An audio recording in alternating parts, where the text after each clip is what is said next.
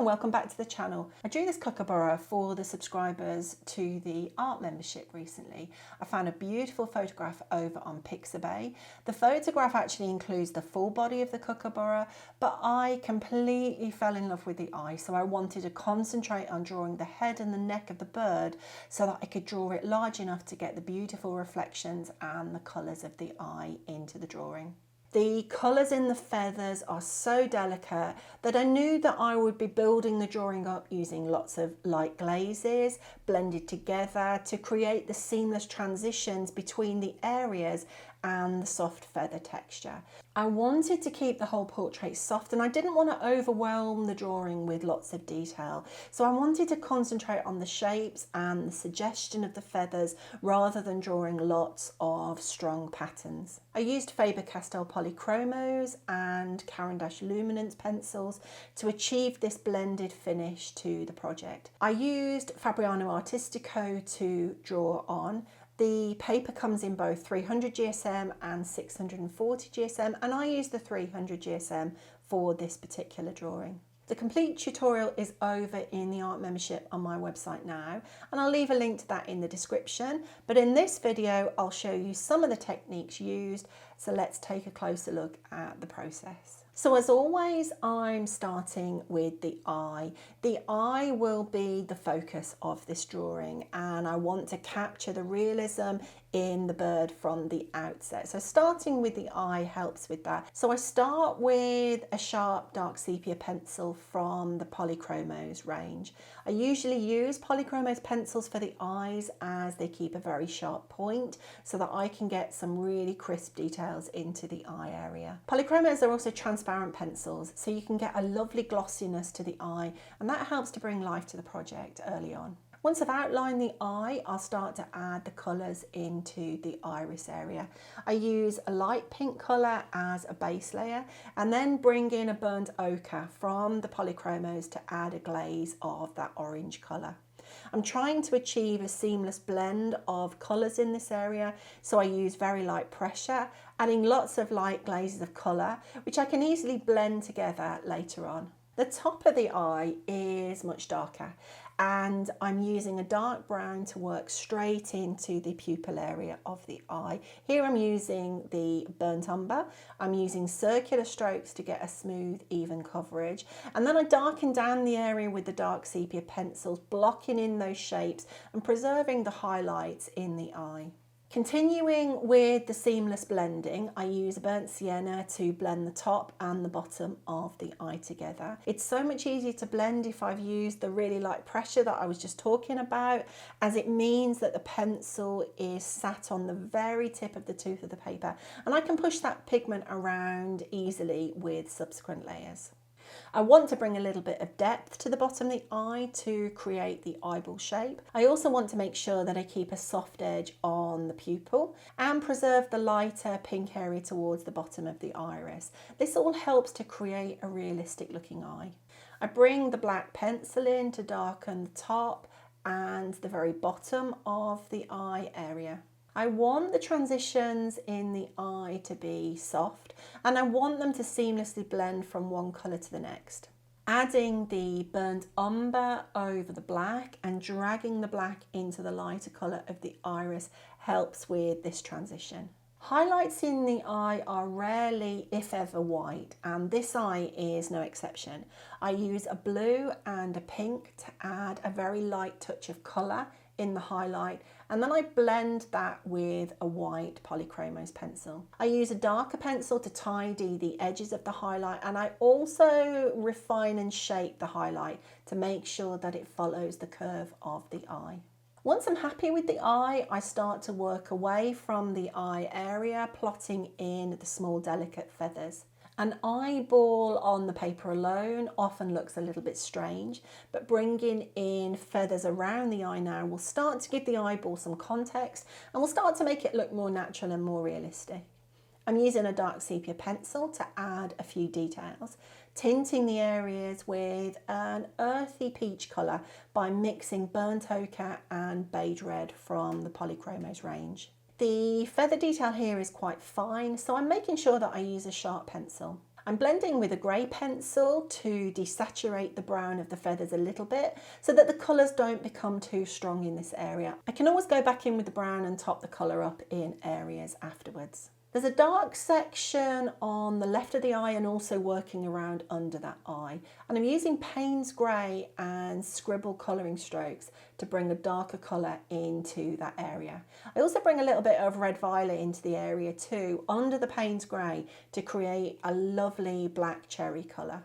I'm always pressing on lightly with the pencil. If I want a colour to go darker, I'll just go over those pencil strokes several times to achieve the depth of colour that I need. Once I've added enough colour to the area, I go in with a white pencil to lift and lighten the colour a little bit to add a bit of texture. We usually work light to dark on hot press paper, but you can get a light pencil to go over the darker colours to a certain extent, especially if the paper is fairly saturated and the tooth of the paper is filled in.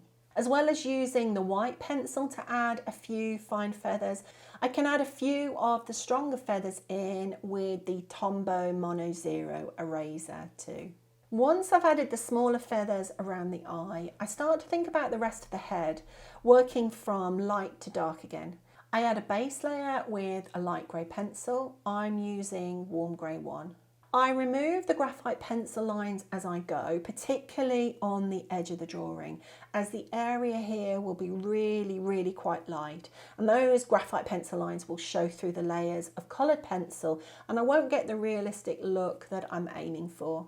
I want to apply the earthy peachy base layer again, so I use the beige red and the burnt ochre from the polychromos to achieve this. Always using really light layers to apply a glaze of the colour. You can see here that the light grey base layer is still coming through, and that's what I want so that I keep the peach colour desaturated and muted. When it comes to adding the feather pattern, I don't want to come straight in with a really strong colour. I want to build up the area slowly to achieve the soft, delicate pattern. I'm using burnt umber from the polychromos and gently start plotting in the suggestion of the pattern with backwards and forwards dashes. I'm holding the pencil quite far back to get a natural curve to the pencil stroke. I don't always keep really sharp pencils when I'm drawing, but for this particular drawing, I do sharpen my pencils quite a bit as I'm working with fine feather textures. I'm not worried about getting the feather pattern absolutely correct.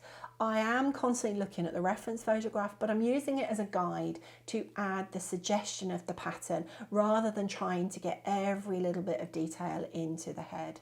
Throughout the drawing, I blend with the greys. You can see here that I'm using the Warm Grey 2 to desaturate the intense brown colours. For the beak, I start with a base layer of the light grey pencils, and then I begin plotting the areas of the beak in with a dark cold grey pencil. This helps me to see where I'm working, and it means that I can start to darken the mid-tones without losing these lines and edges.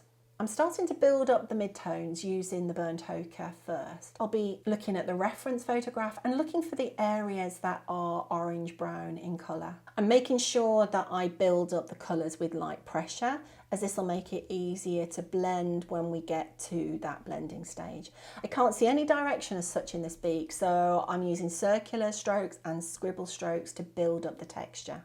Once I have the basic shapes plotted in, I'll start to darken areas and build up the colours, and I'm using a denim blue colour along with a very pale pink to start to build up the textures and the shapes within the beak. I work between the lights and the darks to build up a balanced area overall. I don't want to take any areas too dark too quickly, so I work slowly, I work with light pressure, and I'm always checking that reference photograph as I go. The underside of the beak has got more of a green tint to it, so I work around the bottom part of the beak with an olive green pencil, adding the darker areas, just as I did with the denim blue colour on the upper part of the beak. I don't want the beak to be too green when I'm finished, so I make sure that I only add a really light dusting of colour. There are a huge number of colour pencils on the market, but often we still don't have the exact colour in our pencil case that we need for a particular drawing. Fortunately, we can mix any colour that we need by applying really light layers of pencil directly onto the paper and then blending them together. And that's what I'm doing to mix the colours that I need for this beak. Every now and again, I want to blend the layers together, and that's what I'm doing here with the warm grey 2. I don't wait till the end of a drawing before blending. I blend after every few layers. This helps me to see how the colours are mixing together on the paper. It tells me whether I need to adjust a colour one way or another, and it helps to fill in the grain of the paper. It also starts to give a more refined feel to the portrait, and it helps to get rid of any of those sketchy or clumsy pencil strokes that have gone down. I make sure that I blend with a colour that is appropriate for the temperature of the area.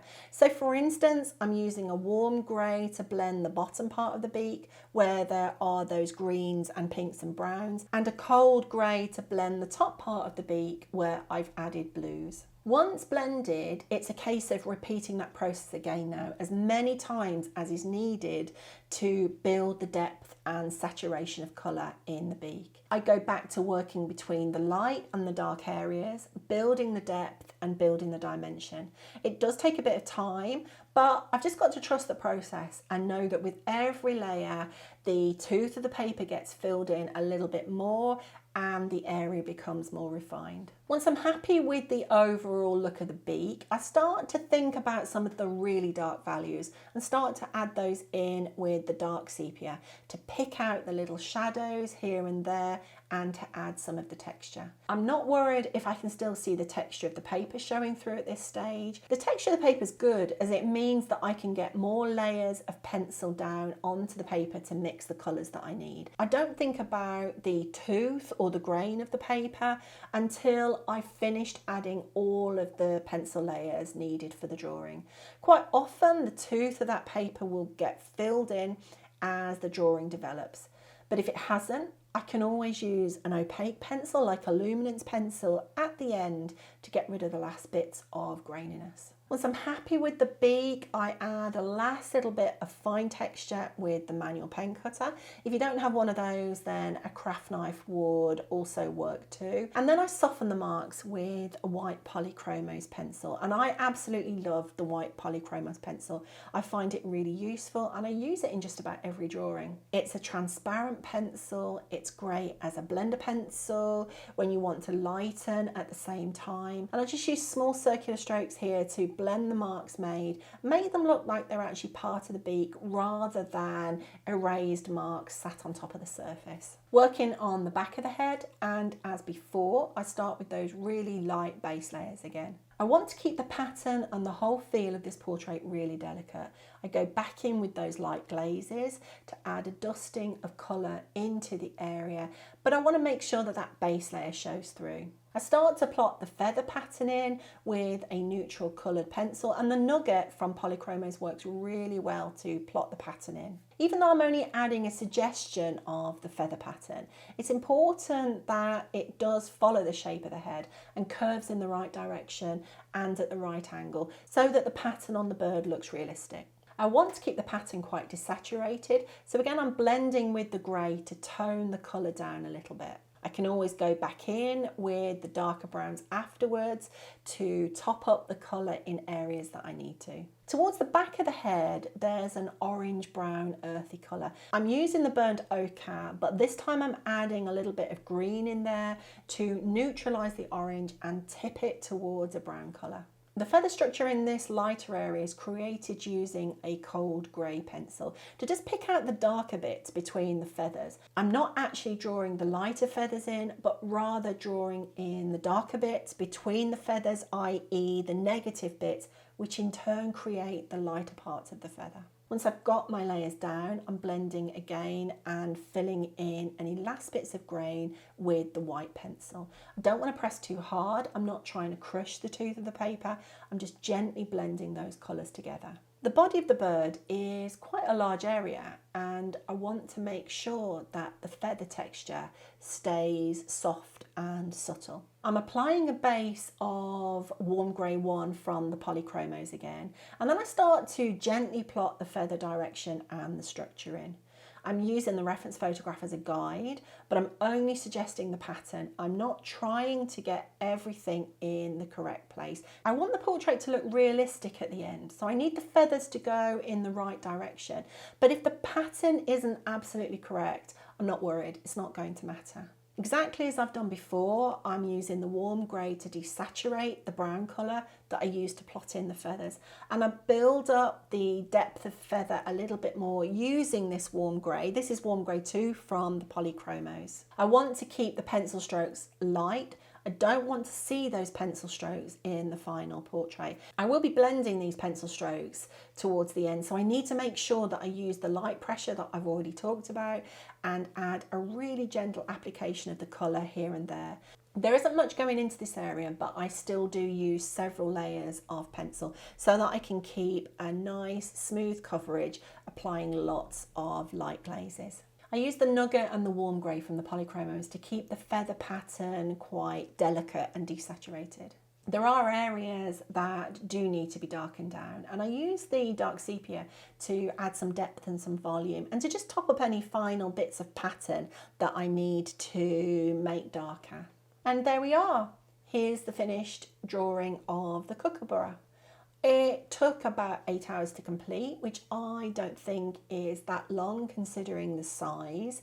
The drawing measured about 11 inches by 8 inches. I'm really pleased with the results. I've never drawn a kookaburra before, but I'll definitely be drawing another one again soon. Perhaps the full body next time, so that I can draw the lovely blue colours that were on the wings and I didn't get to put into this particular drawing. So I hope that this has been useful. If you have enjoyed the tutorial, don't forget to give it a like before you go. That would be a really big help for me. Thank you. If you want to see more free tutorials like this, then subscribe to the channel and turn on notifications. There's already lots of free content here on the channel, but I regularly add tips and tutorials to help you with your colour pencil journey. If you want to follow along with the full kookaburra tutorial, which comes with a line drawing and a supply list, you'll find that over in the art membership on my website, teresajoyfineart.com. The tutorial's split into 8 videos, and I draw the kookaburra from start to finish, explaining my process as I go. Subtitles for the tutorial are available in 8 different languages, and if you need any more information about that, then please let me know. If you have any questions about this tutorial, feel free to leave those in the comments. I'm always happy to help. Okay, so that's it. Hope you found the video useful. Thank you very much for watching, and I'll see you next time. Bye for now.